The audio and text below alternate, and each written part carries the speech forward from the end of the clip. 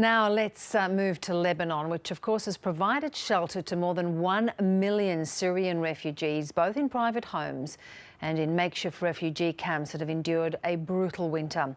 But political pressure has intensified within the country, with an enormous strain on the country's resources. Ahmad El Hariri is the Secretary General of political party The Future Movement of Lebanon, and he is visiting Australia at the moment. He joins us from Canberra. Thank you so much for your time this evening. I might just put to you Amnesty International's latest report saying that the world's response over crises like Syria and ISIS has been shameful. Do you agree? First of all, let's say that Lebanon and all the region is facing a difficult period, and a critical one, because of the Syrian crisis. We in Lebanon, you said that there is 1 million refugees. The number is 1,500,000 refugees that are dispersed everywhere in the country, even in parking lots and some new camps, chaotic camps that the refugees went to and lived in. The problem now is that everyone is talking about the refugees, and not the main problem is to end this crisis. I think that this crisis the UN should end this crisis politically with the de Mistura plan, that is to get the Syrian opposition and regime to end this war with a new agreement on sharing the power inside Syria, because the war will not give a result. Indeed, and of course ISIS has complicated that as well, hasn't it, with almost sort of splitting allegiances within Syria. The ISIS, as you know, ISIS is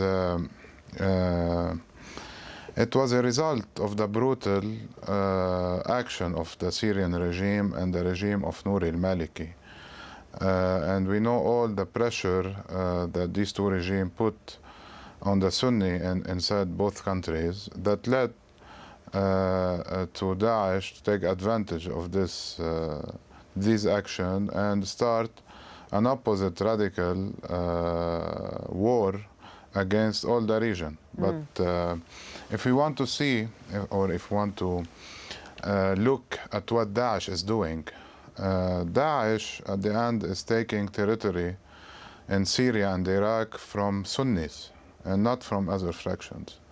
Daesh is attacking more of Sunnis than other everywhere. At the end, it's a critical for the moderate Sunni to live with this form of radicalization or radical groups, because it affects us a lot, and we need to promote the value of Islam, that are peace everywhere and peace with everyone. Give us a sense of how it is impacting, nevertheless, this refugee crisis within Lebanon, how it is impacting domestically. It's a big burden. Till now, the Lebanese has lost 200,000 jobs to Syrian.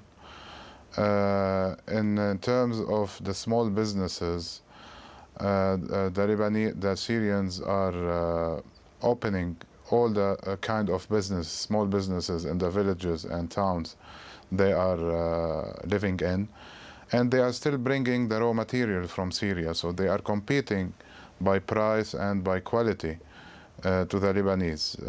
I think that the UN and the UNHCR has a big program now for the hosting community, to help the hosting community, because the tension is rising between the Lebanese and the Syrians, and the Lebanese are seeing that the Syrians are taking all the aids, and the Lebanese, the hosting community, is becoming more poorer. Just in terms of fighting ISIS, do you think it's critical to work with Hezbollah to try and keep them at bay? At the end, we see that Daesh and Hezbollah are one. Hezbollah went to Syria and killed Syrian people, and it helped the regime, the terrorist regime, to stay and to give this war different meanings. Daesh also is a radical group. We see now in Lebanon that we should isolate our country from what's happening around us. That's why we entered the dialogue with Hezbollah. And we are planning, after the election of a president, to have a national dialogue about how to protect Lebanon. And as you know, we all have the Ba'abda Declaration. The Ba'abda Declaration was the declaration that Lebanon should be isolated from what's happening and no one should be involved in any other conflict that is going around. Ahmad El Hariri, thank you very much for your time tonight. Thank you.